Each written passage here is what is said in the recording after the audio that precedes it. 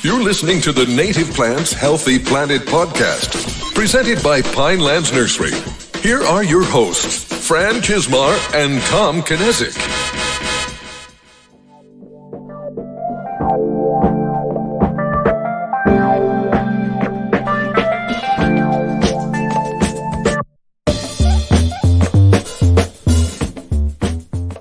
We have been rewarded for complaining. We have. Welcome back to the Native Plants Healthy Planet podcast presented by Pinelands Nursery, and I am Fran Chismar.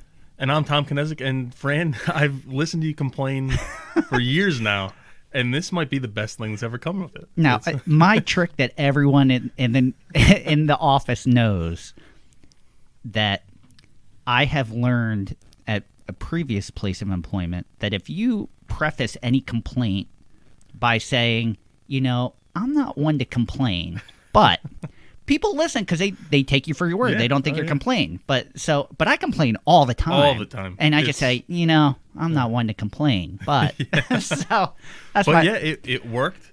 You complained about one star review, which hasn't disappeared. It's still there. It's still there. And all that complaining turned into 3 5-star reviews. Yeah. So maybe we got to keep this up.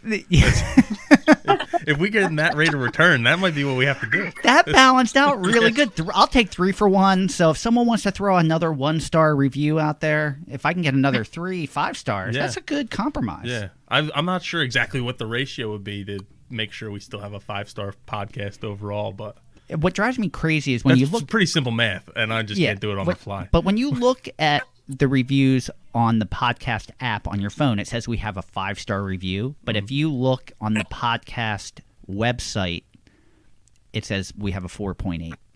Yeah. So someone doesn't know how to round. Yeah. I'm okay with rounding up to 5.0. So I don't like, for someone that said they wouldn't look at any reviews, I've managed to look at every single one. Yeah, before I even get a chance. Yeah. And I've been the one who hasn't really looked at any reviews. So, you know, I probably, it would be really easy for me to keep complaining, but I should probably, I'm very thankful. Yeah. How about that? I'm very thankful for all the wonderful 5-star reviews. It's, you know, we've had a great week. We got the 3 5-star reviews. Our listens have really skyrocketed. Wow, after the last buzz, the response was phenomenal. And what's nice is that it was just Tom and I. We didn't have a guest, so that was very well received, and we're very appreciative for that. And the thing that I'm most jealous of is Tom was recognized in public from the podcast. Yeah. Well, it wasn't really public. It was in my driveway, but but before the person was in your driveway, they hadn't put 2 and 2 together yet. As far as I know, but I have a little side business where I sell Pinelands Nursery plants through my other company, Pinelands Direct, which is a retail company, and it's all online, but we do offer contactless pickup, which just so happens to be in my driveway. So you pull into my driveway, and they're all set up. People can just load up. I was setting up some other orders, and the first customer of the day pulled up, and I said hello and started talking to him. He's like, I know your voice. You're Tom. And I was like, yeah, how did you know that? And then he's like, oh, I listen to the podcast. So that was pretty rewarding. All the reviews we get are really rewarding. We work really hard on this, and it's nice to get that positive feedback, and it's nice to get some negative feedback as well to know how we can improve. We want to get better. You know, for those of you that don't know, that think that we just turn on the microphones to start talking, that really isn't the case. Tom and I actually put a lot of work in and research and just formulating what we want to talk about. Just figuring out who we want to have on, and sometimes you have one episode and you want to balance it out with something. So I've referenced our original list, like 20 or 21 guests, and we've only gotten through, like, I think this will be 9 today. Yeah. We're not even halfway through because we've added so many other And even though our guest today, some guests we know, some we don't know, even though we know our guest today, it's not like I would just wing asking questions. Oh, yeah. Like we have all that prepared. You know, we want to give the best or have the best conversation that we can. So we put a lot of work into this. So the fact that you got recognized, I'm really jealous because I haven't been recognized at all. You know, it's so. And I will say, Michael Yaris, we're gonna send you a free pack of seed packets just for boosting my ego. Yeah, that felt really good. That was awesome. It's like a little bit of celebrity. I like that. Yeah. I like that. So that's great. Now, if you recognize me, I'll give 2 packs of seed, 2 seed packets. So back on my personal podcast, my music podcast back in January, we were talking not New Year resolutions, but something that we would like to have happen. And I had said on that within the year of 2020, I wanted to be invited to be on a podcast, and that hasn't happened yet either. Yeah. Well, that's one of our goals for this too. Is we want to at least collaborate with some other podcasts that are in this same space and might be talking about slightly different things and feature them, they feature us. It's a little trade-off thing, but I would love hasn't that. happened yet. I shouldn't complain. We might have to make the first move. That's probably, but I shouldn't complain because with how this has grown, we mention it all the time. We're really surprised every time we get another spike or an increase in listenership. It just blows our mind. Like, I kind of feel like we'll hit a plateau, and I'm like, you know what? I'm really happy with this. This is a great audience, and then all of a sudden, it will explode again, and it blows my mind. Yeah. So we got a ton of new followers this past week, which is great to see. So thank you for everyone, even the Facebook group. Yeah. Wow, I mean, the amount spiked as well. It seems like it just wasn't that long ago that we had less than 100 members, and I looked the other day and was like, wow, and the conversations are going on without us at this point, which was a lot of the goal was to have people sharing knowledge and ideas, even ideas that might not always intermesh, and take away from it, have it be a productive space, not a combative space. And it's definitely been that so far. We have not had one incident where there was an issue with attitude or combativeness or anything like that. So I'm really proud of that too. Yeah. So but moving on to today's desk, because we want to give her a lot of time. I'm excited. This is one of my favorite people to deal with. Yeah. I don't know if I've ever told her that, but I guess she's hearing it now. Today we have on Michelle de Blasio from the Nature Conservancy, or is it New Jersey Nature Conservancy or Nature Conservancy New Jersey? I'm already screwing up. After we said we don't edit either or. And she is the watershed restoration coordinator for the Nature Conservancy location in Chester, New Jersey. And we're really excited about this one because we get to work with her. Specifically, Fran gets to work with her so very often, and they're doing some really, really cool things right here in New Jersey, and the greater Mid-Atlantic and Northeast. Yeah. So we're Michelle, I guess I'll let you take it away from here. Yeah, please introduce yourself. Hi, thanks so much for having me. And I just want to say, Fran, you're definitely one of my favorite people. So the feeling is mutual. Awesome. And I don't think I've ever told you that. She didn't either. Even say just to work with. She said favorite people. Yeah, that's true. She just said all-time favorite people. That's how I heard that. The feeling is mutual. High stars over here. All right. The feeling is mutual. It's mutual. And it's probably because we both, share the same love for trees and plants that we probably feel that way about one another. Yes. So as you mentioned, I'm with the Nature Conservancy here in New Jersey. I'm the watershed restoration coordinator. And in my role, I help to oversee a number of different conservation projects. Most notably, which we'll talk about today, is the floodplain reforestation work. We work right now specifically in the Pinelands watershed. And so that's up in Sussex and Warren counties. And so that's where I've been based for the last 5 years since I joined TNC. Awesome. So often we're so excited to talk to our guests that we jump right into the thick of it. And we probably start in a place where we know where we're at, but maybe our listeners don't know where we're at. And for our listeners that may not be that familiar with the Nature Conservancy, what is the overall mission of the Nature Conservancy, or a little background just to help our listeners out if they're not as familiar? Yeah, so the Nature Conservancy has been around for over 50 years. It's an international nonprofit, environmental nonprofit. We have chapters across the U.S. and across the globe. So depending on where you're located, there's different strategies that are being implemented. So really whatever work is needed most in conservation is happening in those strategic priority areas. The organization was actually founded as a land conservation organization back in the 50s. And, since then, and, as the world changes, so does our work. And so we've really evolved as an organization over the years, and really have been taking on newer and bigger initiatives as these, different environmental issues come up. And so more recently, in the last few decades, in addition to the land preservation work, we're doing a lot of different projects in terms of, improving our freshwater resources, in terms of, coastal work and coastal resiliency work. We're working in cities. We're, now, even just very recently, we're, tackling climate change in a really big way. That's, some of the new big initiatives. But it's great to really have, this organization that works across seas, across landscapes, because we're able to collectively come together and really see where this work is needed most, and rely on our partners and our, even internally and externally to really get this work done. So, it's funny because I get to work with you, and we have such a good work relationship that I forget that you have colleagues also in New Jersey. I was at a watershed conference in Delaware back in January, and ended up speaking to someone that said they were doing a project on Mordecai Island, and they were working on coastal resiliency with salt marsh plants, and it was one of your colleagues of the Nature Conservancy. And I was like, wow, I forget that,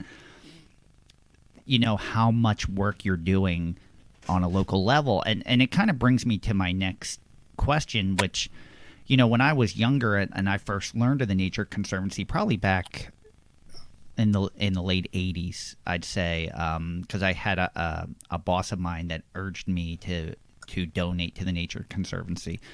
And, I thought of it at that point more on a global level, with global initiatives like saving rainforests and things like that. And I didn't realize the local importance of the Nature Conservancy until I started at Pinelands and started to work with you. And I met you and some of your colleagues. So one of my first introductions for that was the Roots for River initiative, which you mentioned earlier. And I know that is just finishing up this year.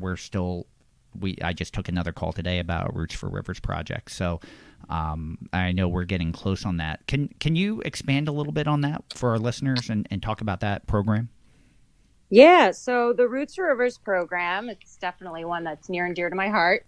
But I think to best really describe the Roots for Rivers program, we got to take a step back and kind of zoom out a little bit. And so the Roots for Rivers program started back in 2017, and it was initiated as part of this really large effort happening in New Jersey, being led by the Nature Conservancy, to plant 100,000 trees throughout our state's floodplains. And so, as I mentioned earlier, right now we're working up in the Pinelands watershed, which is up in Sussex and Warren counties. And so we were actively working to reforest the banks of the Pinelands. We started that initiative in the Pinelands in 2015. And the project started really small. It started in part of another initiative to improve water resources in the Delaware River Basin. And the Pinelands is actually the third largest tributary to the Delaware. And so, the Nature Conservancy and a number of partners were working in this headwater stream to the Delaware to improve water quality by planting native trees and shrubs along eroded or deforested stream banks. And the initiative in the Pinelands started really small. And over time, we built so much momentum working in this watershed, and really started to get tree plantings from, the headwaters all the way out to the confluence with the Delaware. And the Nature Conservancy, kind of at the start of the Pinelands program, launched a bigger statewide initiative called the Roots to Rivers Initiative, in an effort to plant 100,000 trees throughout these floodplains. So really, in a sense, we were doing all this great work in the Pinelands. We knew we didn't have the capacity to work in the Pinelands and in multiple other watersheds in the state, and so we were able to secure funding for tree planting work throughout the state. We just didn't have the capacity, so we started this Roots for Rivers program, which is a mini grants program, which would allow townships, school groups, nonprofits, pretty much anybody except a private landowner, interested in planting trees to apply for this funding and be, upon, receipt would be awarded funding to initiate these projects in their own backyards and their own watersheds. And so we had a ton of lessons learned to share from our work in the Pinelands Guild. And so we wanted to, share those lessons learned and be able to provide the technical assistance and expertise to other folks interested in taking on their own tree planting projects. So kind of the long short of it, but we ended up starting this Roots to Rivers program back in 2017. To be honest, we had no idea if there were really that many people out there interested in taking on these tree planting projects. And we knew a couple of folks that we had worked with up here. We knew a couple other conservation partners that were out there planting trees. We just didn't really know at what scale and, how much and how many and where there was a need too, like where would be the most, where to prioritize these tree plantings to get your biggest bang for your buck. And so you can plant trees anywhere. It will ultimately, help to improve water quality. But there's certain areas where if you plant trees, in certain sections in these certain, quote, priority areas, you can achieve higher returns in terms of, improving those water resources. And so we worked over the last few years here to really identify where those priority areas are for restoration, and then identify key groups and stakeholders that would be able to take on these grant projects. And, we launched it in 2017. And over the last few years, we really grew this program into way more than we initially thought it would be. So we're excited. It's, and the organizations that were issued the grants were excited. So here at Pinelands, we deal with each grantee. Is that how you say it? Yeah. So about purchasing the plants. And, it ranges from knowledgeable to no knowledge of trees, but everyone just is excited to play their part in this. And I can imagine it's challenging. Like you mentioned, it kind of started in Warren County. And for our listeners that aren't familiar with New Jersey, Warren County is a lot different than if you were to go an hour and a half south in New Jersey along the Delaware. So Warren County is definitely more Piedmont, beautiful land. I was just up there last weekend at a winery. Yeah. So, and it changes. So you're dealing with different challenges just for different areas. But it seemed extremely successful on our end just from who we talked to. Yeah, and so that's an interesting point. So New Jersey is, it's so diverse, and we have our farmlands and our forests and our urban areas. We just have so many different landscapes. And so to design this mini grants program was definitely challenging because it's not really a one size fits all. In terms of implementation, it is. But even just right down to your species selections and different landowners and different property types, it was interesting. And just working with so many different partners in these different landscapes, it was just really interesting to see. Even some of these, we had projects in Bergen County, we had projects in Cumberland County. We really were able to span across the entire state and really get projects all over and in many, many different watersheds. At the, as you mentioned, the grant's coming to an end. Obviously, we've extended it because of COVID. It was supposed to end this spring.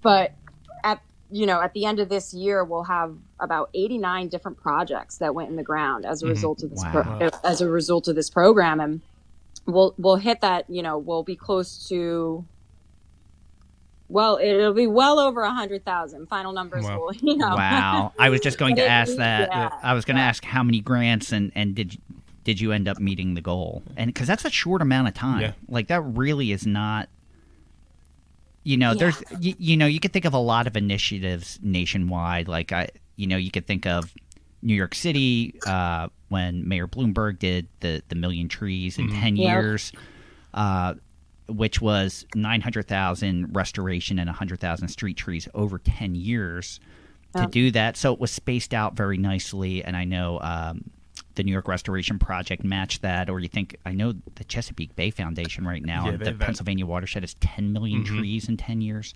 That they're a little more aggressive, but to accomplish your goal and more in that amount of time with mainly volunteers, because it was landowners planting themselves and doing volunteer plantings. That's 89 projects. That's amazing.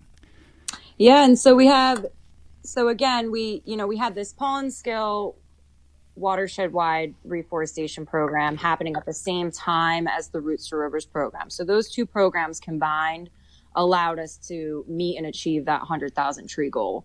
And so the Nature Conservancy with other partners were able to plant, I think we're at about 58,000 trees in just the Pinelands watershed alone. Wow. And then the Roots to Rivers program allowed us to, open up new areas and get others involved. So there's hundreds and hundreds of people helped to plant these trees. Wow. The Nature Conservancy helped to kind of kickstart, we like to say, but by no means. I mean, everybody was really out there, and we still, the AmeriCorps New Jersey Watershed Ambassador Program, those watershed ambassadors were really, really key to the success of the Roots to Rivers program. I mean, they were out connecting with new landowners and finding the project sites and helping to put in the orders. And they're still out there this fall trying to connect with the folks that weren't able to get their plantings done in the spring. So I just spoke to one today, actually. Oh, good. We're trying to help because, again, I mean, the program was supposed to end.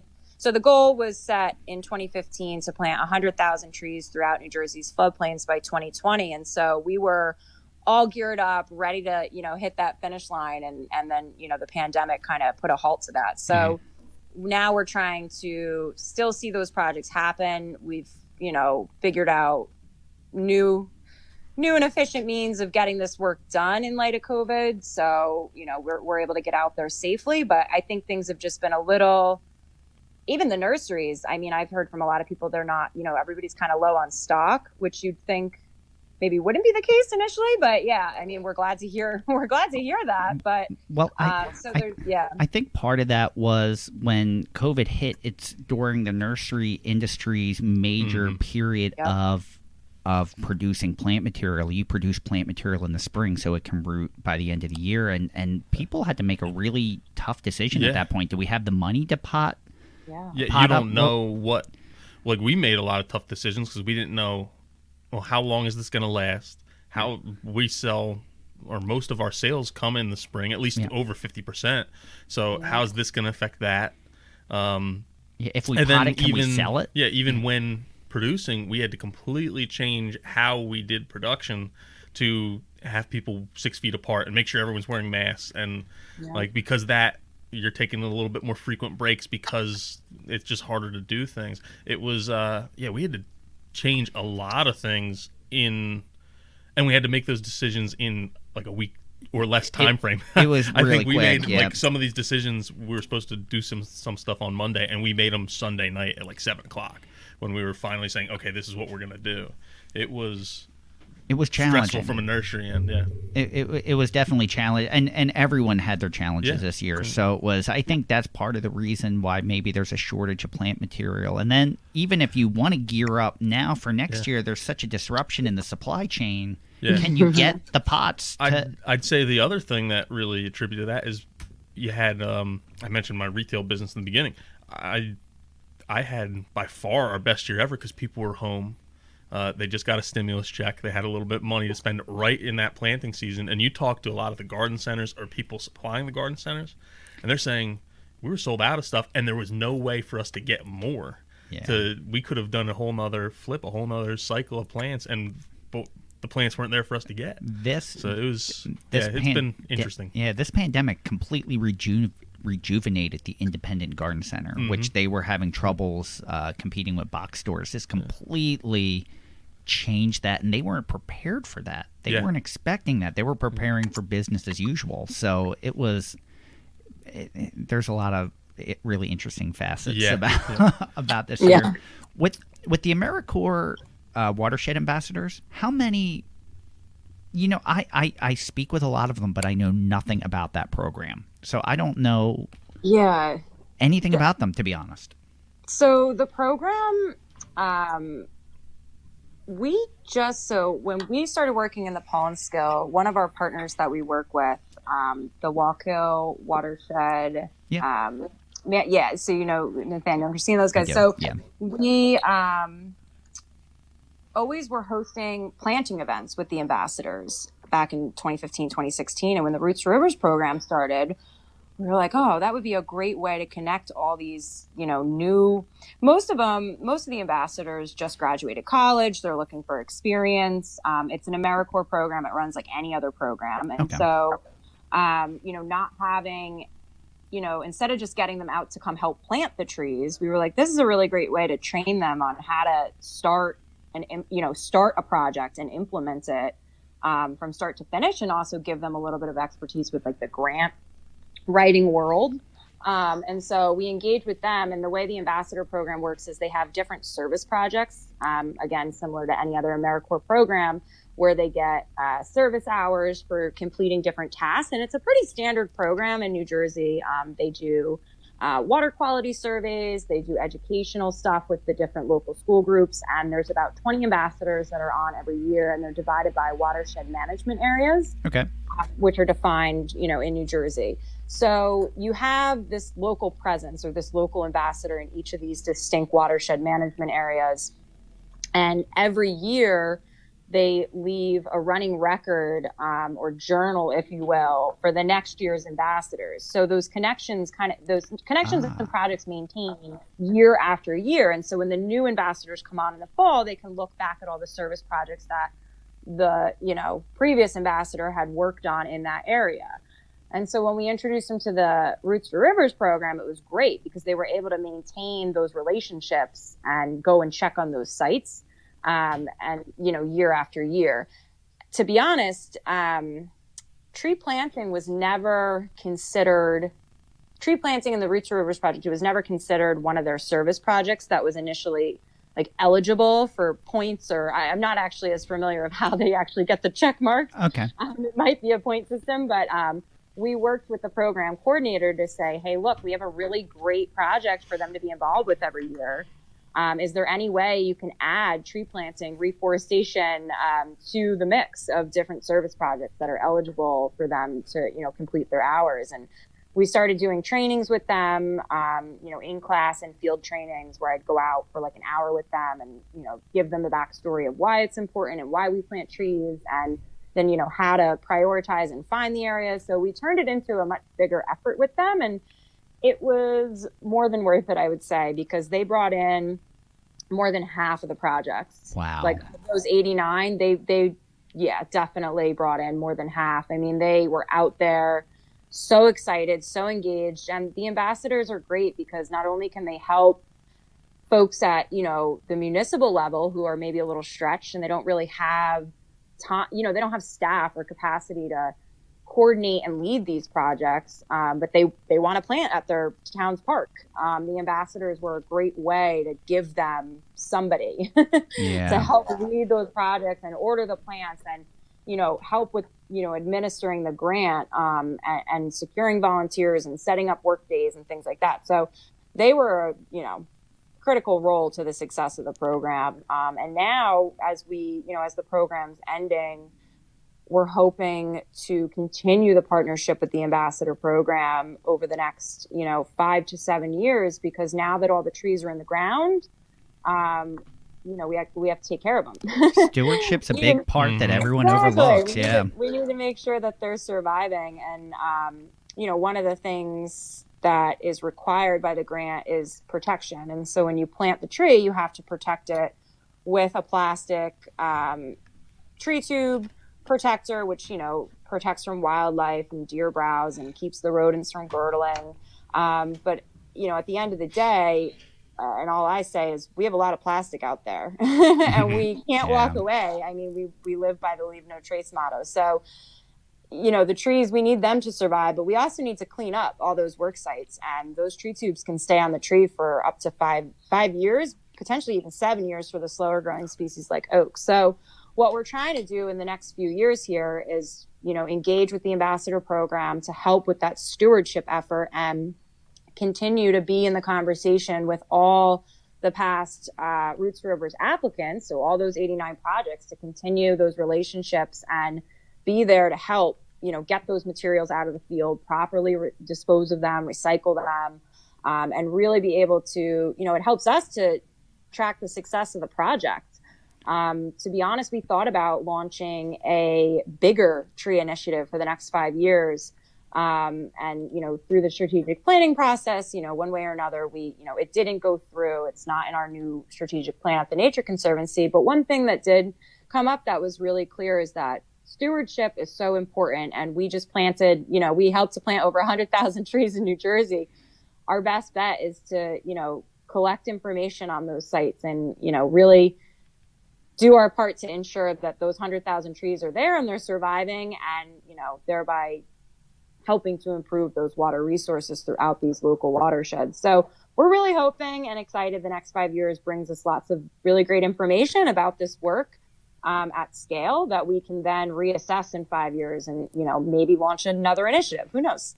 They were all so great to work with, and we were dealing with a lot of turnover, because if they switched every year and the project was granted every year, I might have dealt with 3 different watershed ambassadors, but they were knowledgeable as to what had happened, what they needed to do.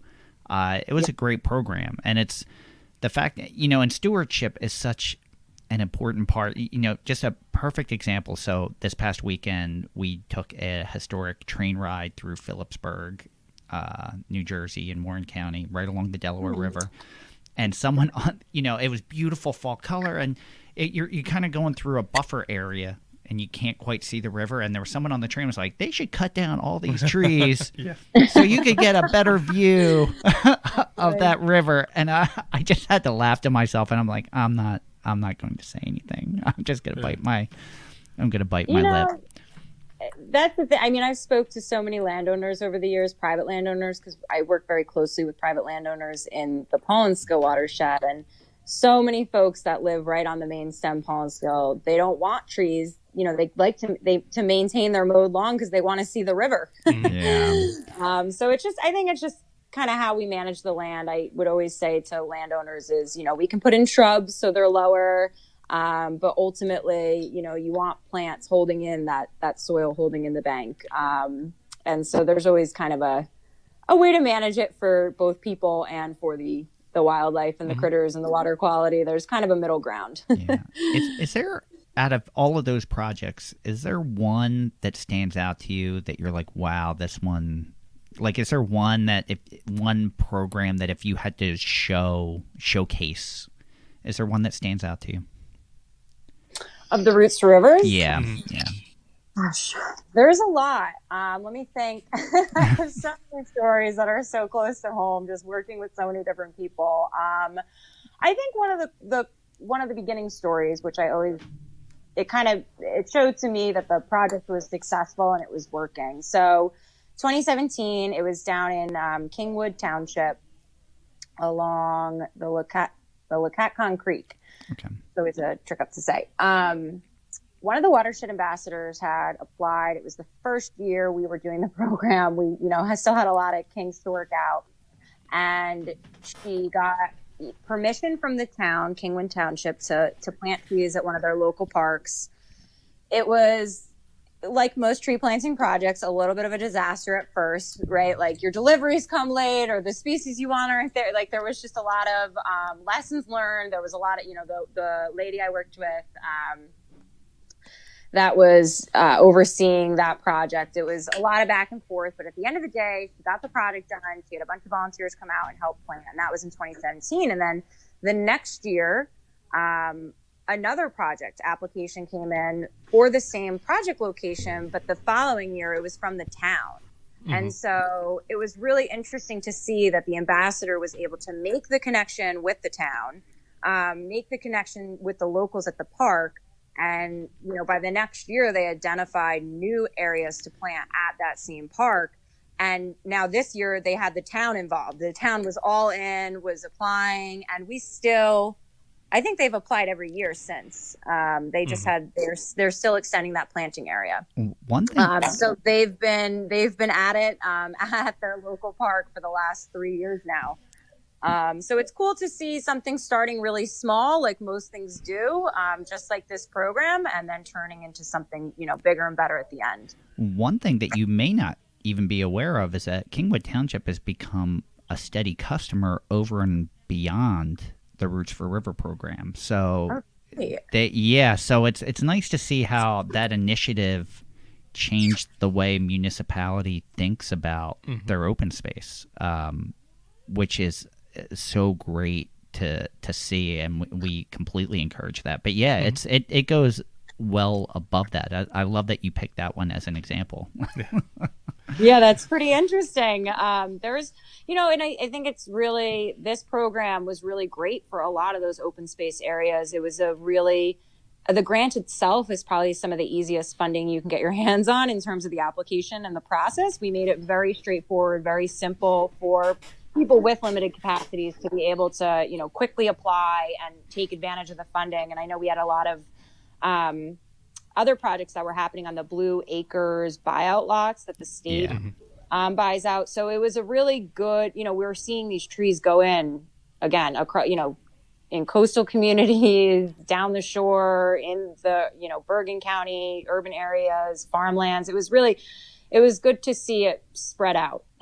Now, one of the things we touched upon some of the keys, and one definitely being stewardship, but you had mentioned earlier as well, just involvement. So a lot of these would not have happened without volunteer support, or even, the AmeriCorps watershed ambassadors. What are some of the keys for you of getting people involved to become a part of these projects? So we always, connect with locals in this area, but also we try to bring in as many people to these projects because, at the end of the day, the overarching goal is improving our water resources. And so even if you don't live in this watershed, this water drains to the next watershed, right? So we always try to really get as many people involved. One, we physically need the help. We cannot plant all these trees by ourselves, but it's just some of the most rewarding work that you can get involved with. And our volunteers, we have returning volunteers that come out every single year. It's just one of these projects that not only do you get to see results instantly at the end of the day, but that it's making that bigger impact, that greater impact for future generations. I mean, to protect your water resources in the Pinelands, and then for, therefore the Delaware. And it always becomes this bigger picture. And I think that really helps to get volunteers involved and then keep them coming back. Yeah, and it's interesting you brought up that you see all that progress you made at the end of the day. You can get that satisfaction, especially with trees. You get that satisfaction for like decades to come. Like I planted some white pines up at our we have a nursery in New York. I don't even know, over 10 years ago, and we were up there a couple weeks ago, and I drove by. I'm like, man, those things got big, and it's just like, wow, I can't believe I planted those that long ago, and look what they've become, and none of them died, thankfully, which was nice to see. It's not fun when you see a lot of them die. But you get to see. It's rewarding for a long, long time, and it's a reward that you can pass down to family members and friends as well, because you can go and tell them about, hey, I planted this 5 years ago or 10 years ago, and maybe they want to get involved too. I know we were talking to the Sourland Conservancy. They asked us to help spread a message. They needed some volunteers for a planting they were doing about a month ago. And we helped put it out, and they said they had more volunteers than they had plants, and they were done super quick. And they actually they got more plants and opened it up so they could get all the volunteers who wanted to help. Yeah, something to plant. But what's important was, and this is my next key, is that you planted the right thing in the right place, and that's why you got good success. And a lot of for what happens with a lot of these restoration projects is identifying the right thing. So it comes down to education. How important is education to the Nature Conservancy with your projects and your message? Very important. I mean, obviously we learn that lesson pretty hard at the very beginning. Like if you don't plant the right stuff and if you don't, there is a right way to do this work. And it's everybody's time, it's everybody's resources. We want to be as most efficient and effective as possible. And we need to teach that to our volunteers, to the people that come out, to our donors, to our that message needs to be spread. And that is something that really allows us to be successful is through educating people about the importance of the work, but also the specific project implementation, the importance of, how to do it right. We lost a lot of trees in the first few years from just not, but they were growing pains. They were lessons learned. And different sites have very specific characteristics. Sometimes, certain species just don't do well. Sometimes you just didn't protect it right? So I think the education is a huge factor in all of this, especially for all the school groups we have coming out, just being able to make the connection to the bigger picture, but also making a direct, a more personal connection, I think helps to educate and helps to leave that message, embedded in them. So, I'm sorry. Tom was just saying before, we actually have our volunteers name trees and identify them or tag them in their own special way somehow, so they can come back every year and check on their tree. We try to really get them in. Were there any really get them in and get them back? Were there any great names that people chose? Like anything unique? What's that? Were there any really unique names that people chose, or was it pretty standard? Nothing that it would this just tree's be. name is Bob. Yeah, maybe. And there's probably people out there that during the events they did, but they didn't ever. It would be kind of a general announcement at the beginning, like when you're done planting your trees, pick your favorite and make sure you remember where it is, and make sure you bring your mom, your dad, your sister, your brother back to come check on it. Year after year. And we definitely have had volunteers come back. Some of the different local companies we work with that have their staff come out, they'll come out every year and they're like, bragging to their, colleagues, like, I planted those trees over there last season. And so it's definitely cool to see people getting, not just getting out and getting involved, but really feeling like they made that difference and they were connected to the project in a bigger way. You had mentioned losing a lot of trees early on, and I think one thing that maybe the average person doesn't realize, a lot of this really, regardless of how much science or research you have, it's still a lot of trial and error. Most of these restorations build in a percentage of loss right off the bat, and there's just certain things out of your control. And one of the examples I like to use, if you've ever seen the movie Jurassic Park, where Jeff Goldblum is explaining the chaos theory about the drop of water going down his hand, and you think if you drop it in the same place and have the same conditions, it's going to go in the same direction every time. But it doesn't, because there's other factors at play. So topography changes, and plants adapt, and you get to see after time that, this maybe soft rush here wasn't great, but it adapted and moved over here, and this plant moved over here, and things like that. So I'm assuming just trial and error helped you kind of hone that list in for better success as you went along. Yeah, and so we have the pollen scale is really unique, and it's each site. It's not a one size fits all. We have very different soils that exist throughout the watershed. We have different soils that exist at one location. I mean, some of our sites are upwards of 20 acres, and within that 20 acres, it's all sorts of different soils, different, depth to water table, different sun that comes in, different plants. And so it's a mix. Every site has a very specific restoration plan, planting plan, where we plant, how we plant, what we plant. Everything is, it's all the same, right? Planting trees, but it's very, very specific for individual sites. So everything varies. Everything's, very calculated in what we do. And then just to get a sense of, how successful we are. I mean, those beginning years, the high mortality was really due to some with species selection, just not, at the beginning, we would plant in an area that we thought would be dry throughout most of the year, and then we got a big flood, and we were like, "Whoa, we're in a floodplain." Remember that? Yeah. Okay, this floods and really floods, and so just that understanding those sites and really seeing them throughout the years and seeing where those, more inundated areas are versus the drier areas versus the rock, just really getting to know the watershed, know these sites, help to guide us in, future sites and future plantings on how to really do it right. But we've recently started collecting survivability data. Okay. And so we aim to achieve an 85% survival rate across all the sites. Wow. And so just to give you a sense, we have some very specific, more rigorous data collection that we do at some of our really larger sites where we collect a ton of information, DBH, height, soil type, sunlight, and all that good stuff. But then we have a very general survivability survey that we're actually now having volunteers help out with, because it's a great way to, collect some science and better understand these sites and get involved without, having planting per se to do, where you just go out and we're tallying all the trees we see, and we're collecting information on, are they dead? Are they alive? Are they vigorous? Are they not vigorous? And we're putting all that data together to give us this overall percent across the pollen skills. So Okay.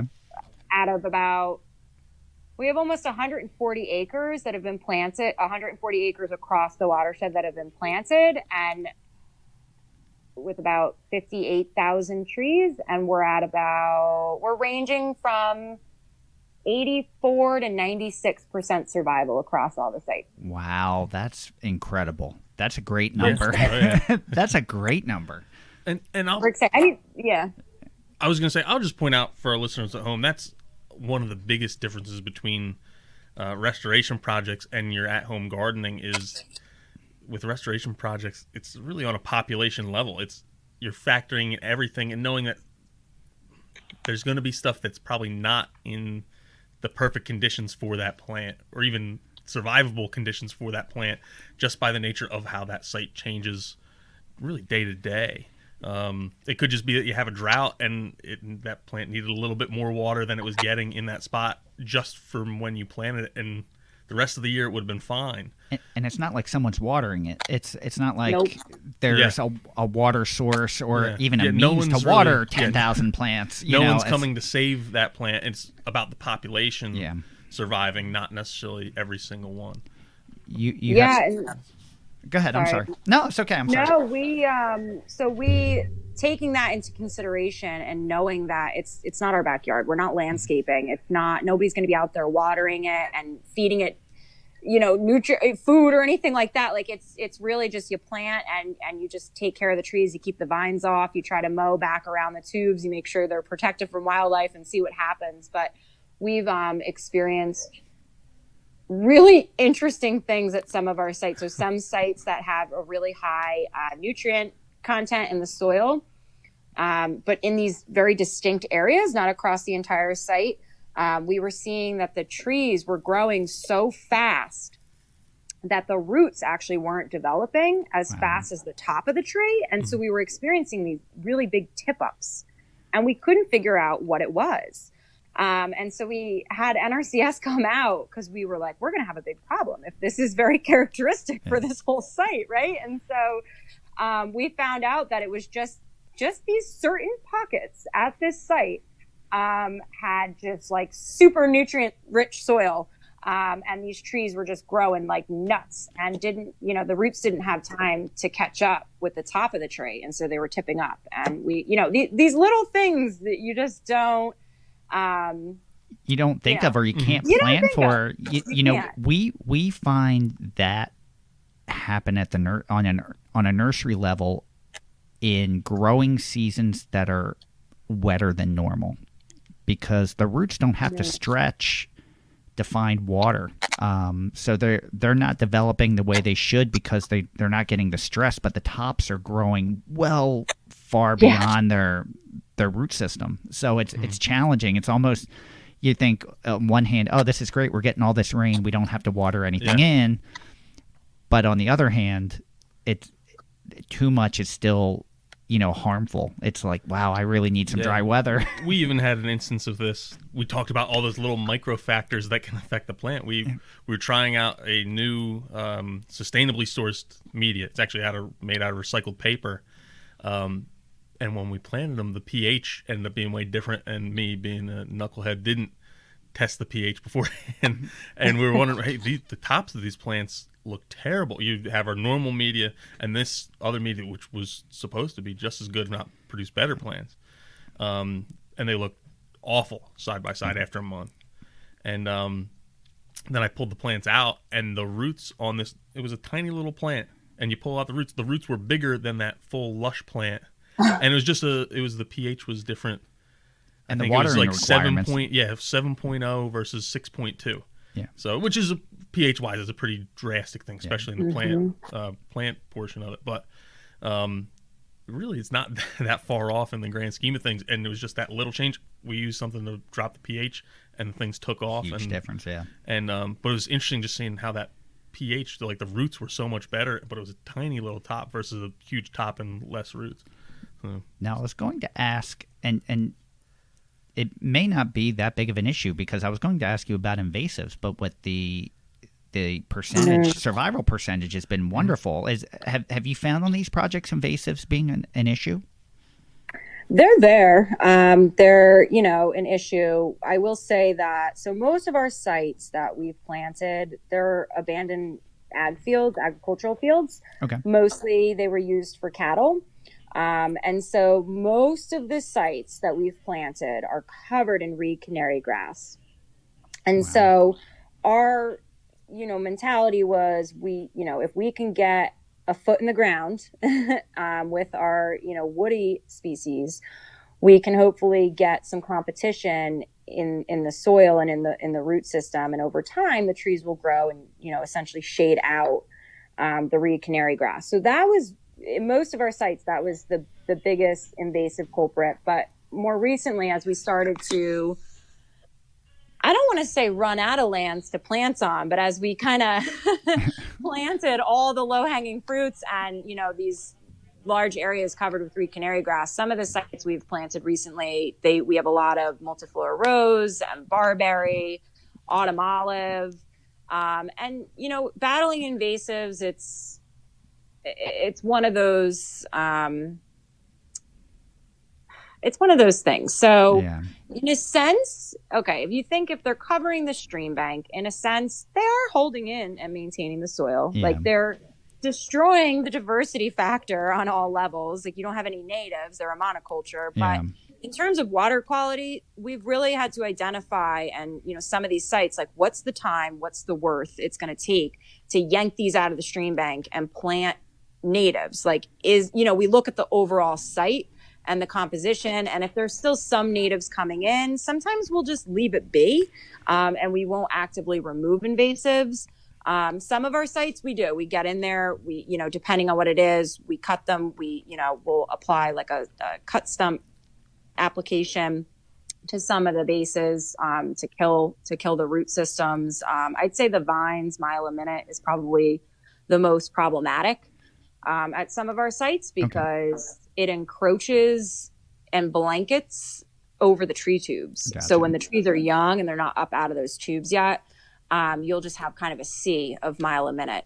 And so that's pretty. And I would imagine if the invasives are providing erosion control and knowing that soil disturbance is just going to allow for possibly more invasives, I guess sometimes you're looking at what's the lesser of two evils. Is it better to leave them stay instead of seeing what may volunteer if you disturb it? That's I don't envy being in that, having to make those decisions. We try to make it, every site we always leave saying, we want it to look like no one was ever here. Like we want it to look like this was just a young forest that came up on its own, and the less disturbance through these sites, the better.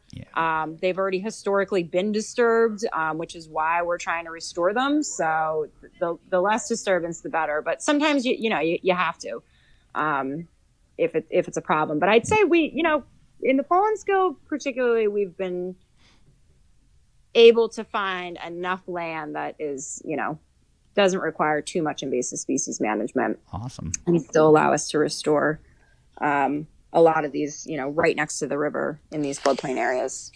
So my next question is: so you have Roots for Rivers, highly successful project coming to an end.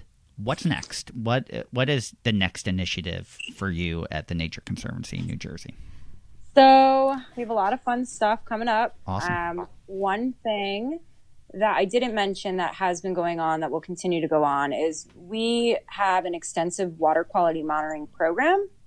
And so throughout the pollen skill, we have about 23 different water quality monitoring locations on the river and in the smaller streams that drain to the main stem pollen skill. So we're collecting scientific data at project sites, at just, at these different streams and tributaries to really understand baseline water quality conditions of the pollen skill. We have some historic data that, shows that the water quality is not great. It's not terrible, but it could be better.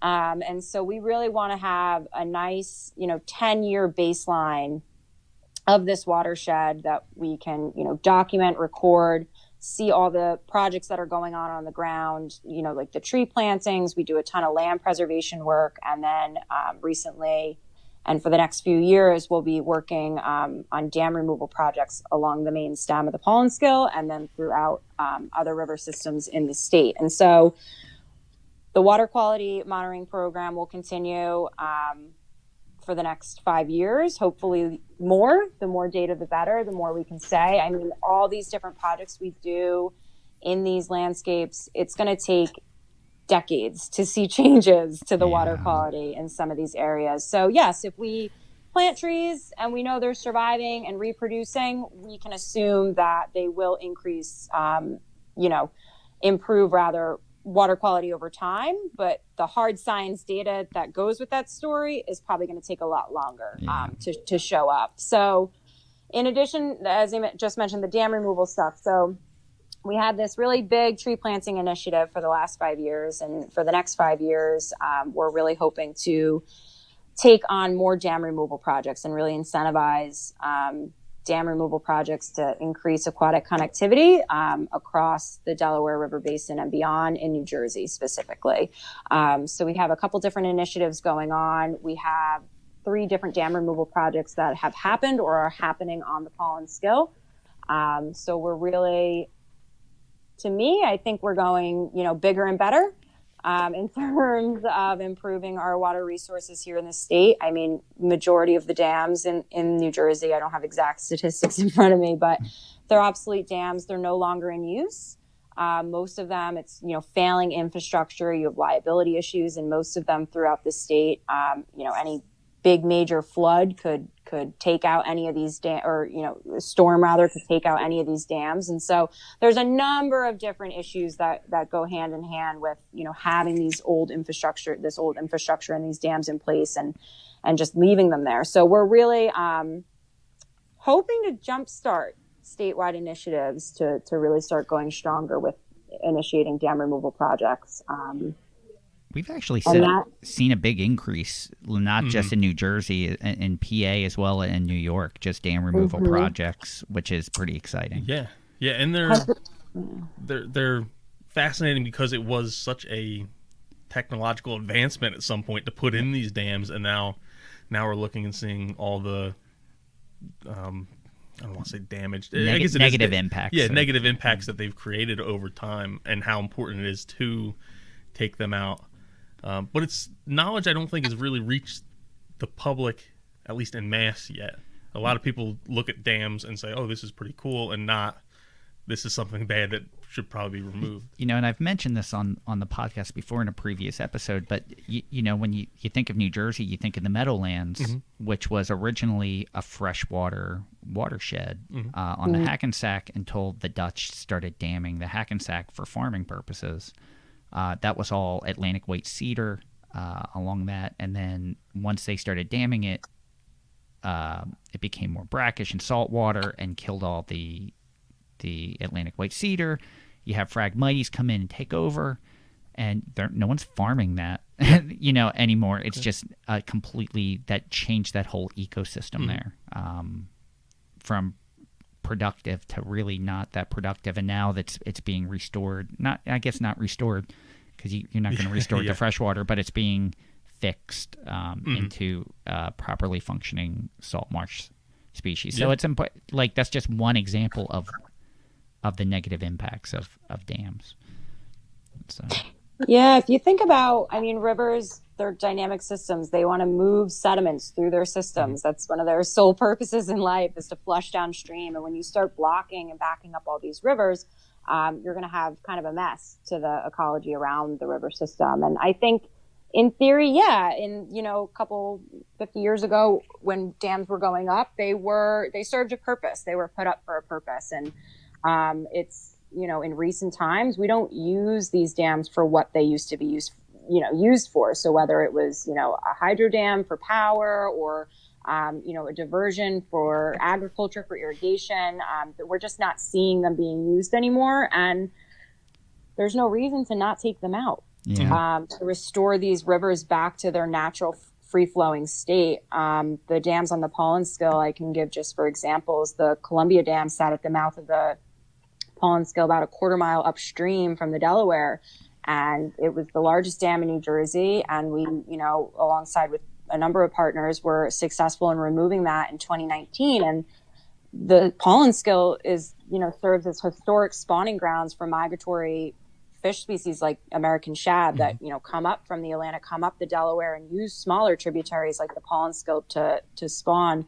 And they were cut off from those spawning grounds for over 100 years since the dam was put in place. Wow. And the very next spring, after the dam was removed, we spotted shad 10 miles upstream, almost right at the mouth or right at the next dam that sits upstream at the Pinelands. So even after 100 years, these fish still remember. They still know where to go. They're still they used to be at the base of the dam, at the Columbia Dam, and now they're at the base of the next upstream dam. And so when you start bringing back these native populations, overall, just improving, the integrity of the entire river system, you're bringing something back to life.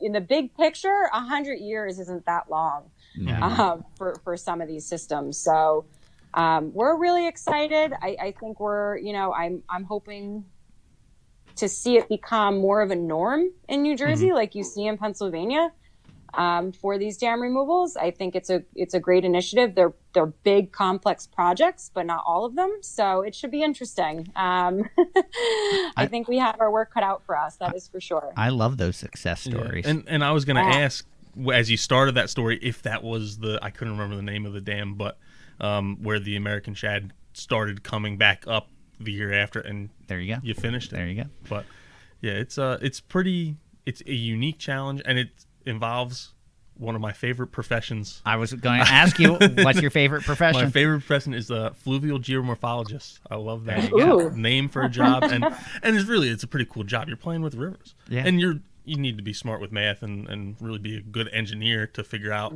we need to the natural flow. Yeah, if we want to prevent erosion, then we want the throwweg. You know what the throwweg is, Fran? I don't. It's basically where I guess it's the fastest. The water's moving the fastest in the stream. Okay, all right. So it's usually sometimes the deepest part, but it's just it's a fascinating. It's if I had to go back and change my career path, I think I would have been a fluvial geomorphologist. Yeah. So, Michelle, are there chapters nationally or close locally that are killing it that you've seen, like a project that you're not involved in directly, but the Nature Conservancy has done that you're like, wow, this is groundbreaking, or this is incredible work? Like, I don't know. Do you talk about other chapters and other projects that are going on and see how you can adapt them maybe here or learn something from those?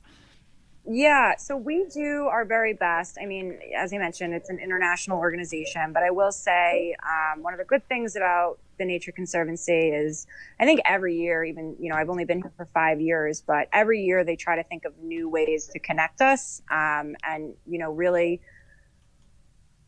allow us to share lessons learned and lean on one another for these projects. So just this year, they started this freshwater community of practice. And so it's partners, or not partners, but it's our colleagues working in across the Northeast and the Southeast. So it kind of goes by different regions, like landscape wise. Right. But we're trying to connect internationally, and then by these divisions and by these regions, and try to really connect the dots between these projects. The idea is over the next, in the coming years, we really do need to scale up our work if we want to really make these big impacts to improving our water resources, to, tackling climate change, to preserving our land. If we really want to make this big, big difference, we need to work more closely together. And we need to be more connected and start leveraging resources and expertise and start being involved in bigger projects, not just in these, buckets by state or by towns or counties. So I don't have a project, I think, like off the top of my head that I would reference. But I do know that, that is kind of what it sounds like the future for TNC anyway, that we'll start, maybe not work necessarily on the ground, but connecting to bigger and better projects. Yeah. So we're excited. So I'm going to start being a little more selective with my questions because I knew this would happen, that we've already had Michelle for well over an hour and we haven't even asked half of her questions yet. So I want to ask more Michelle-specific questions, if you would indulge us. So one of the things we always love learning, we get to work a lot on work level, but I'm curious. I always love hearing the story of how your path led you to where you're at right now. I consider you fantastic at what you do, and it's a perfect match. And I'm curious how you ended up at the Nature Conservancy, or how you decided that you wanted to do this for a living. Yeah, it's, the famous question, what do you want to be when you grow up? Yeah. I think we're always asking ourselves that question. I just asked myself, 2 minutes ago? I was one. This may be like the end of the generation. I always thought I was going to be a baseball player. I really did. Like for the longest time, I thought I'm playing. If you would have asked me like 15-year-old Fran, what are you going to do? Oh, I'm going to be a pro baseball player. And now you're telling us how you played tennis in high school. I can't believe I never shared that with anyone. I never shared that with anyone. Yeah, I'm going to toot my own horn. I was three varsity letters: baseball, soccer, and tennis in high school. Very cool. There you go. Who knew? Who knew? And I think, I will admit, I was never one of those, like, this is exactly what I want to be when I grow up, and this is what I want to do. And my path kind of, it kind of just came to be over the years. I mean, I knew I wanted to get involved with conservation, with, something towards making a difference, being better, doing better in this world. I grew up in Sussex County. I grew up in the woods. I grew up around farms. I was always, out in nature. And when I started going to college, I realized, I could make a career out of this. That's pretty cool. Was that your original major when you entered college, or did you switch? I actually went to a community college, Sussex County Community College. I was liberal arts, like I think most probably are. Yeah. When you start and you have no idea because you're 18 and you don't really know what the heck you want to do. And while I was there, I took, just the basic stuff you had to take. And I worked closely with like a counselor advisor, like a career advisor. And through conversations, she would say, like, what do you love doing? And I'm like, I love being outside. I love hiking. I love the water. I love that. And she's like, well, then go, pursue that as a degree in that and a career in that. And when I started really getting into it, I found myself leaning towards going to upstate New York to study. I wanted to get out of these woods and explore new woods. And so I ended up going to State University of New York, the Environmental Science and Forestry College up in Syracuse. The field programs were led in the Adirondacks. So I had really good exposure to like the deep woods. And I knew I loved forestry.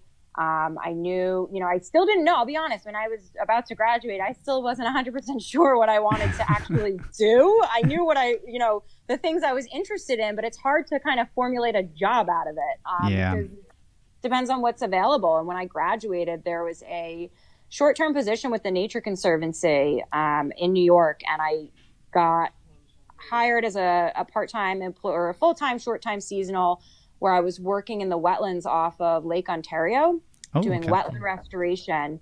And I canoed every day for work, and I absolutely loved it. I fell in love with the Nature Conservancy. I fell in love with just like the restoration projects, just working in the water.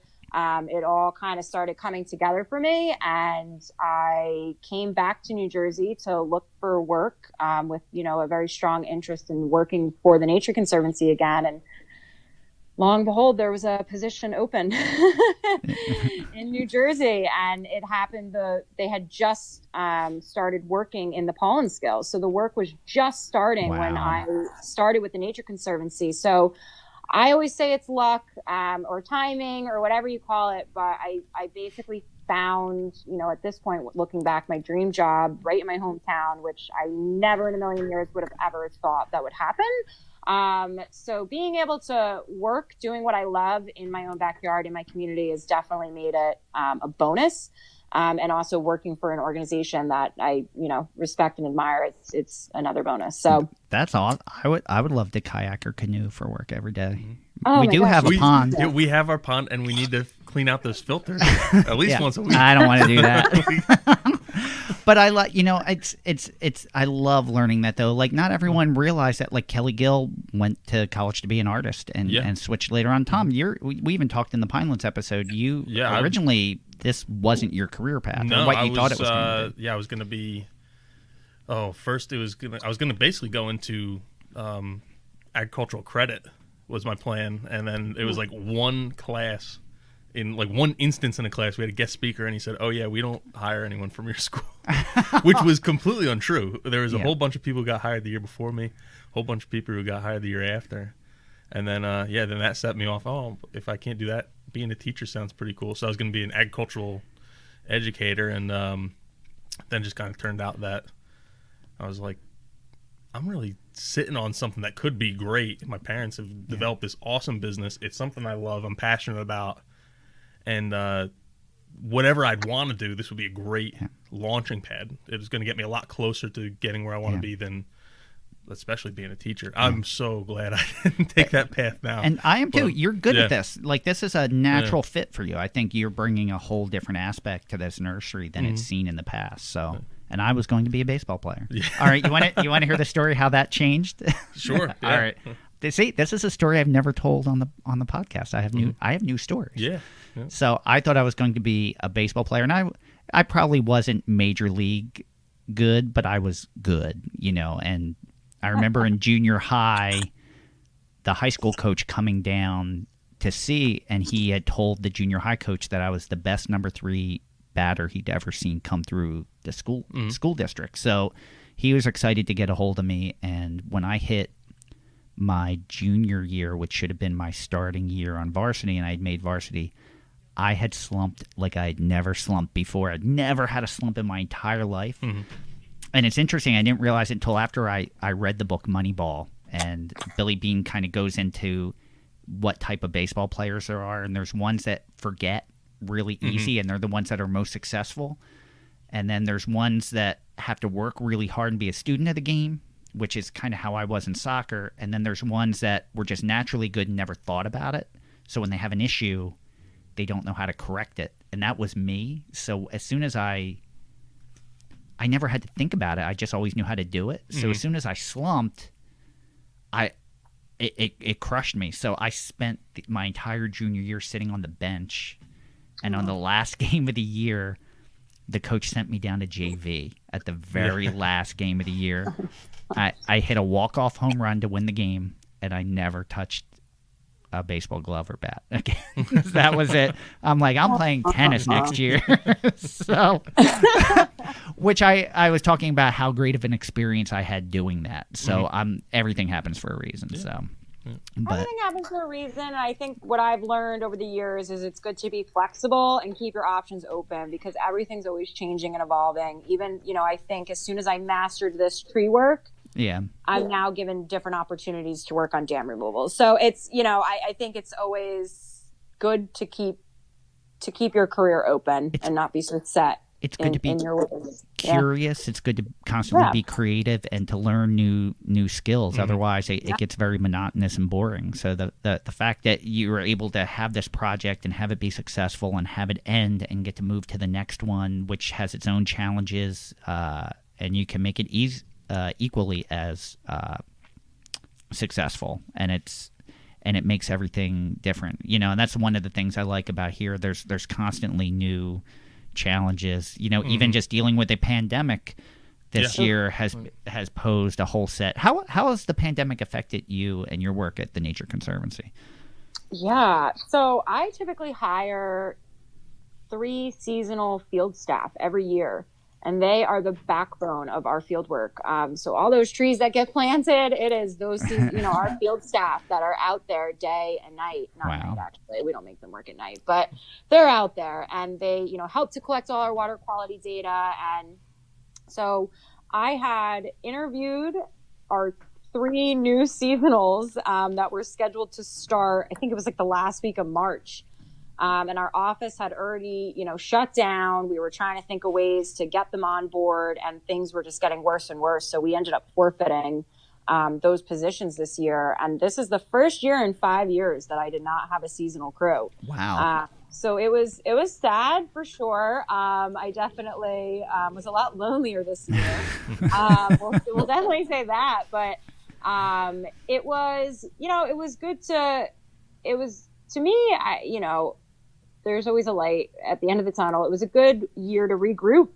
It actually allowed me to get reconnected to some of these sites because our seasonals were out there every year. We had seasonals returning year after year, so they knew the sites. It was, even less training for me here. So it was nice for me to get back out there and reconnect with these work sites. But we had to shake up the whole field season. I couldn't do everything by myself. We didn't have volunteers come out. So we reprioritized, any sort of tree planting that was able to get done in a safe way, where there were small plantings that I could manage on my own with maybe like one extra person or something. We did those. Yeah. The water quality monitoring, we had to switch everything. So we only had like the priority monitoring happening. We didn't collect data at the rest of the sites. So we definitely, for our freshwater, everything got tightened up, and we definitely will have gaps in our data.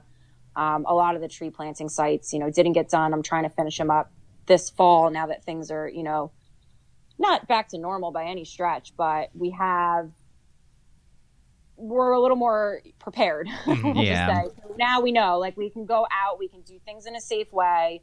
I am hoping to, hire come next spring, assuming nothing takes, a turn for the worse here. But I think we have systems in place now.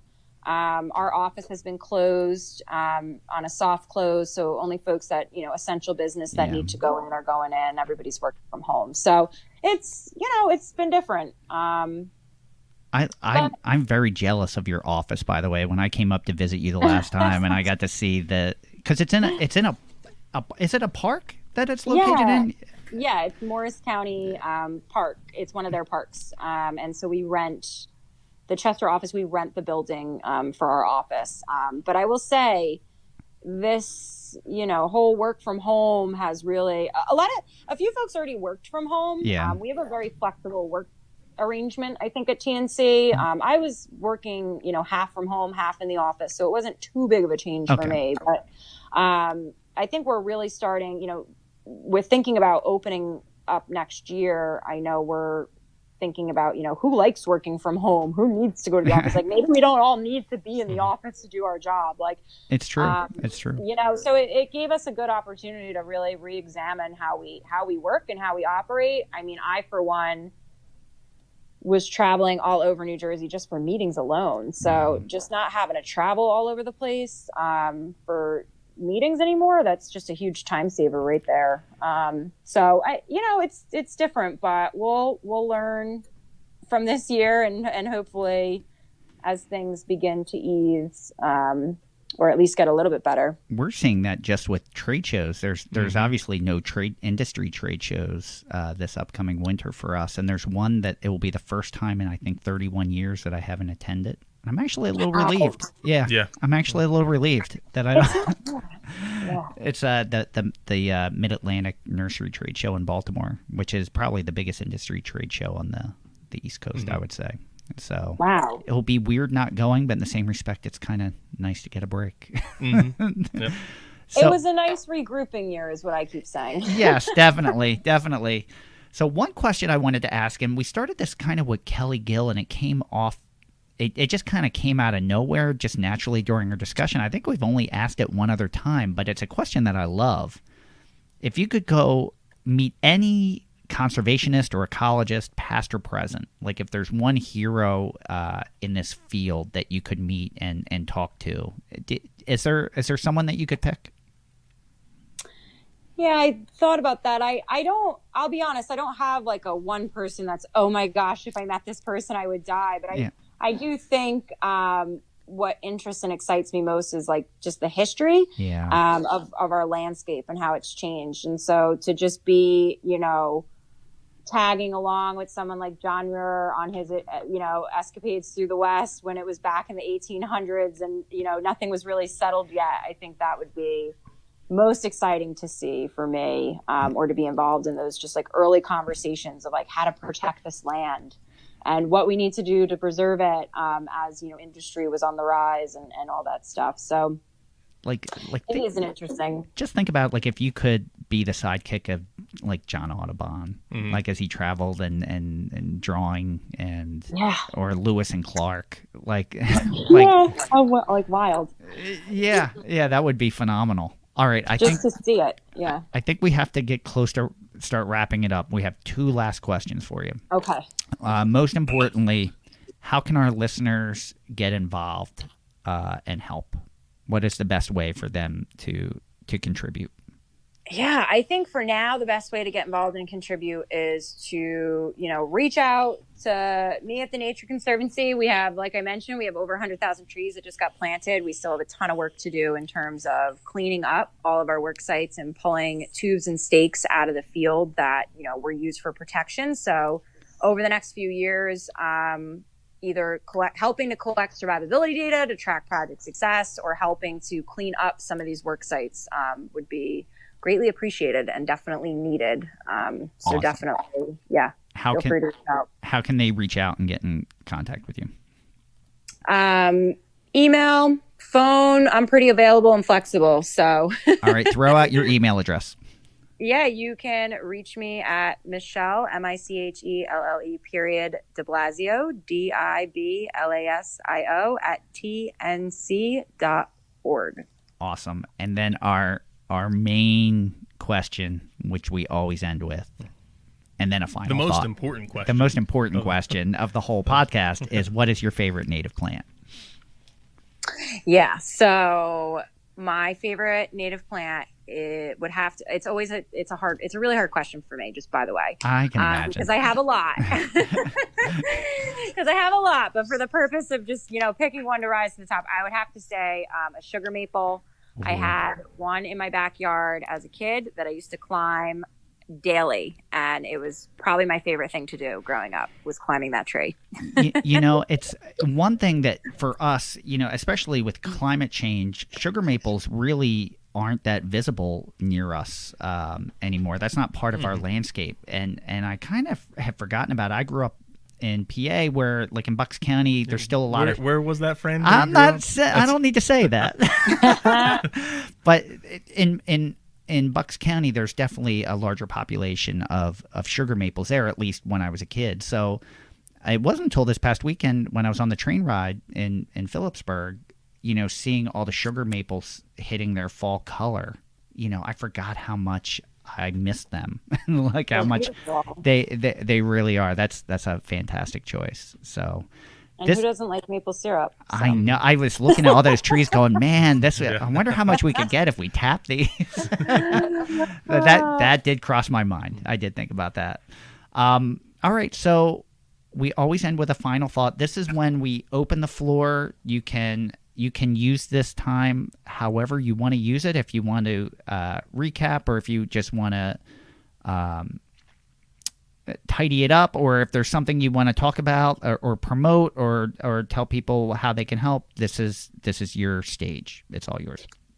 Well, I just want to say thank you so much for having me. It's been a pleasure. I was really excited to be able to just speak a little bit more about our tree planting programs, about the success of those programs. We have a lot of great work that has gone on in the Paul and Skill watershed. I would say for anybody itching to get out of their homes and out to some of these sites. Most of our sites are on state lands. We have a number of different interpretive signage and brochures located throughout the rail trails in Sussex and Warren counties. You could just do a simple Google search, and I'm sure it will not be hard to find the Sussex Branch Trail or the Paul and Skill Valley Rail Trail.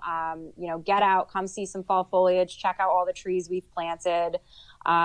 I will say, a huge thank you to Pinelands. They were a major, major contributor to all of our source of materials. Oh, thank you. In many, many years. And I am really, really sad to not be putting in giant orders by the thousands with you guys anymore. So are we. And I'm not exactly, that's like, and when we started the Roots to River program, I'll never forget how excited I was to call Fran and be like, hey, would you want to sell and save maybe like 10, 20,000 trees for us? Yeah. It was a good deal. Yeah, I would take those phone calls anytime. I will still be promoting tree planting throughout my entire life, even if we're not, completely involved. And I will always reference Pinelands. You guys have been great. It's been so much fun to just meet everybody and really get out there and try to make that difference in these watersheds.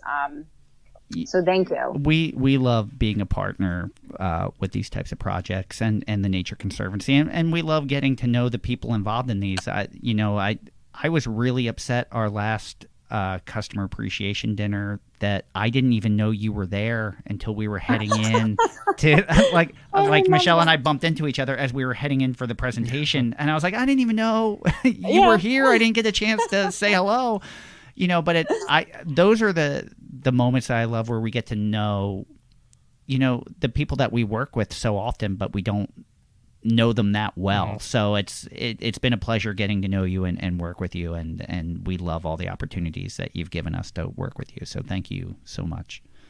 Likewise. Tom, you want to go or do you want me to go? I can go. All right. Mine's more of a final thoughts and not thought. Okay. It's one of them short. All right. That's one fine. of them I just saw the other day.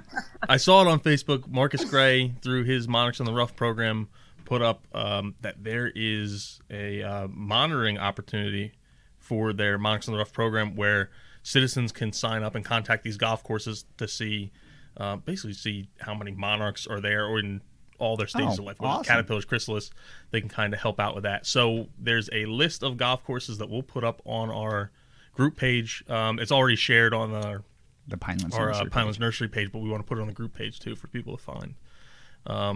The other one is when we're talking about basically the survival rates of these trees. Yeah. I started thinking about how many trees we're actually saving in a way by collecting this wild seed, and because a lot of that time the seed would just fall. How many of those? I don't know. Someone's probably done research on this. How many of those seeds actually germinate and then survive for a portion of their lifespan? Yeah. How many of them drop off? Either the seed never germinates or they become deer food after a couple weeks, and then you look at what we're doing when we're collecting all the seed and giving those plants life until I don't know when they die. Well, but we give them more of a chance than they had in nature. I was witnessing something interesting the other day. I was at home having a meeting online, and I was witnessing outside my backyard squirrels gathering seed and planting them in my planters on my deck. Mm-hmm. And then a half an hour later, chipmunks came and took all the seed and ate it all. that was planted. So I'm like, that seed that just won't, it's doing its job. It's providing nutrients for wildlife. Which is what you want. But you start to wonder how much of this seed is viable. How much, we learn smooth cordgrass, an average germination percentage. I want to say 20-25%. Yeah, 20 to 25%. That's it. So it's, so many of these things are fighting with just the germination low germination percentage to begin with. That it's easily these things could be in a lot more trouble if we weren't doing what we're doing. Yeah, and I don't want to sound like we're doing something valiant by doing this, because we are taking away things that are food or contributing to the environment in another way. Or even naturally, maybe naturally they shouldn't be thriving. Yeah. Maybe we're keeping them. Yeah, but it's just kind of passing them on. Like, how many of these plants actually would have come up had we not come and collected the seed and then kind of babied them into actually germinating and growing? Yeah. It's I don't know. That's a good philosophical. I can't say it. Philosophical. There you go.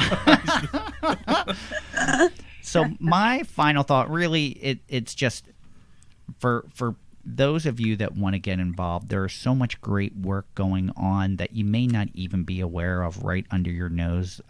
Like 100,000 trees have just been planted in the last 4 years, all up and down New Jersey, and you may have even known someone that volunteered, or you may have volunteered just thinking you were helping locally, not realizing how much of a bigger picture that it is that you're helping with. So please, if you want to get involved, you don't have to be involved in everything, but just be passionate and pick one thing and make a difference. Yeah, that was, again, part of why we started doing this. We work with so many great groups, just the two I mentioned right now, Monarchs on the Rough, the Nature Conservancy, mentioned the Sourlands Conservancy, so many great groups we work with that you can really go in whatever you're passionate about. There's a group for it that you can do something with, and a lot of these groups revolve around native plants in some way. I have $1 million idea. You want me to share it, or do you want to talk about it off the air? Go ahead. We should come up with an app, kind of like Tinder, right? But it's connecting people with volunteer organizations to volunteer, so you can swipe like Nature Conservancy. I'll swipe left. Swipe, and you can connect and if you connect with these organizations, they'll let you know when there's volunteer opportunities for you to participate in. Yeah, and it could just be all these great organizations. We got to. Yeah, but how do we make money off of that? We could sell. You can get premium memberships and ad space. Yeah, we could totally. Maybe we might have to cut this out and keep this for ourselves. But I think maybe that would be a great money mate. If you have any app making experience, we should do that. I have no app making I have none either. Maybe a listener does. Michelle, do you have? No. Sorry. All right. So maybe not the three of us together. We might not be the best team on this. We have to get one more person, someone with app experience. We'll make it 4 people, and we'll split it. What do you think? I feel like the idea. I like that. Yeah. And then we could, and it would save a lot of email back and forth and random phone calls. It would kind of put it all in one place. I think it would be one where if you just connect it with an organization, you would be on that email list. They would get your email, and then you would be let know anytime there's. You select the mile, the mile radius that you want to connect in. It could be a whole. I wonder how the feeler messages would be going back and forth. What about the breakup messages? Oh man, that wouldn't be good. I would love to write some of the profiles though. I would.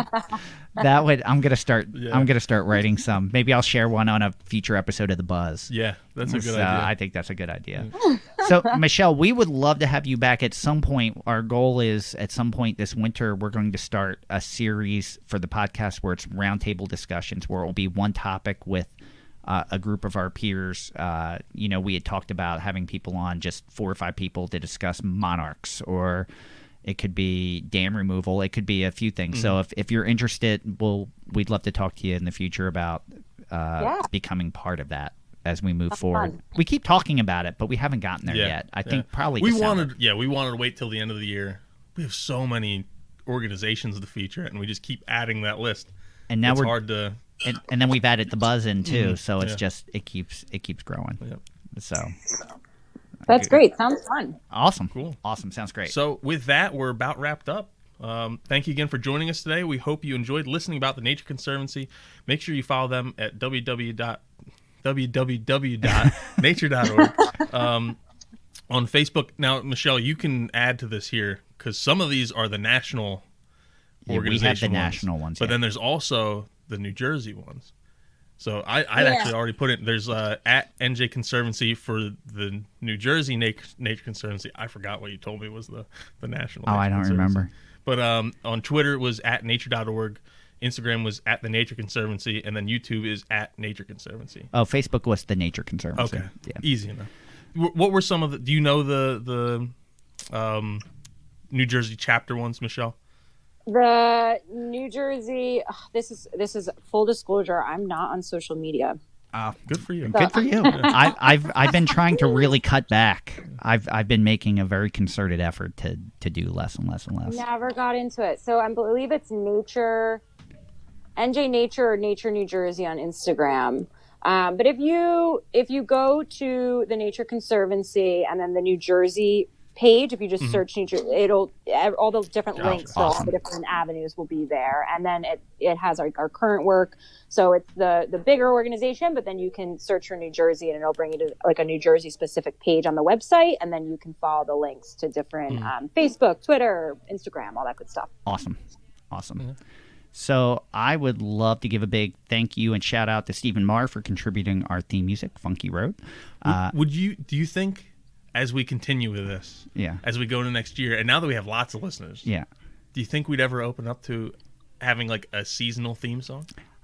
Oh, you know what? Here's what I'd be willing to discuss. I would be willing to maybe change the intro theme music for different segments of the podcast. So I would love to keep Funky Road for this because I think it's synonymous. You hear it, you know what you're going to get. But maybe for the buzz, or I guess I don't know what we're going to call the roundtable one. It might just be the roundtable. It could be the roundtable. I don't know, but maybe for those we can solicit for our listeners to contribute theme music. All right. So, what do you think? Good idea? I think that's a good idea. All right. Yeah. It was fun. It was fun finding theme music. It was. And now I want to do it again. That's what I'm getting at. All right, I we want us could to find more theme music. All right. So much fun. I'm going to do it again. Yes. All right. So we're Tom and I are going to record another episode of The Buzz soon. So we will we'll have a plan by the time we broadcast. So yeah. We're that. Let me see. I forgot where I was at. I totally sidetracked. You can follow us on Twitter at Pineland Nursery, Facebook at Pinelands Nursery NJ, Instagram at Pinelands Nursery, and YouTube at Pinelands Nursery. Don't forget, we do have a question and answer line. We did get calls this week, and we will answer them. And they were all legitimate calls. They were all no prank phone calls. And I will say this, we're rewarding good behavior because when we posted in the Facebook group that if we were giving away seed packets for the first 5 people that called into the line, and a lot of people had great questions, but they listed them in the post, and that doesn't count.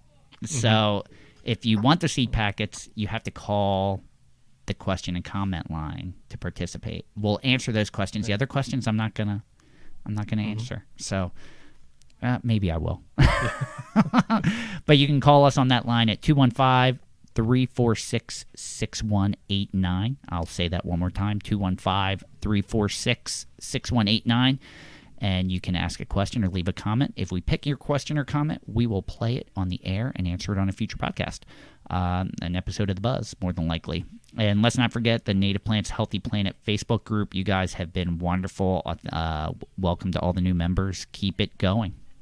Yeah, you can listen to Native Plants Healthy Planet directly on www.nativeplantshealthyplanet.com. You can also check us out on Apple Podcasts. 3 more 5-star reviews after this episode. Yes. Let's make it 5 more. Let's do 5 reviews. All right, and let's write something too. Yeah. Let us know. We love the stars, but I like the comments even more. Yeah. You can already read that. You can also listen to us on Podbean, Spotify, Stitcher, or wherever you consume your podcast. I don't know where you can't listen to us. You can even ask Alexa. The funny thing is though, the 4 that you mentioned are the top 4. Like Apple Podcasts is 50% of our listens, which is amazing. Spotify's like 10%, and then I think Podbean and Stitcher make up another 5% each. Like that's like 70% of our listens just on. Yes, we know where you're listening. Yes. We know. So yeah, you can even ask Alexa. We don't know if you're asking Alexa, but I'm hoping you would. About 17 people have asked Alexa. A friend. So thank you again, everyone. I'm Tom. And I am Fran. Thanks again, everyone. Michelle, thank you so much. It was great talking to you today. Thank you for being a part of this. Likewise. Have me. Anytime. And we will see everyone again next time. Until then, keep it native.